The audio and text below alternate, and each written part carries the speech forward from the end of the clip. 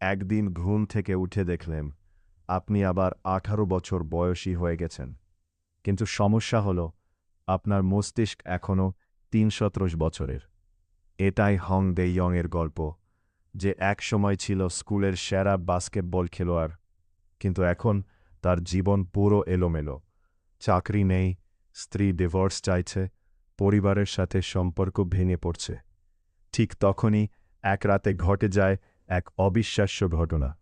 পরের দিন সকালে সে দেখতে পায় সে আবার ১৮ বছরের তরুণ হয়ে গেছে। নতুন পরিচয়, সে আবার ফিরে যায় হাই স্কুলে। কিন্তু এখানে আছে বড় এক টুইস্ট। তার নিজের ছেলে-মেয়েরাও সেই একই স্কুলে পড়ে।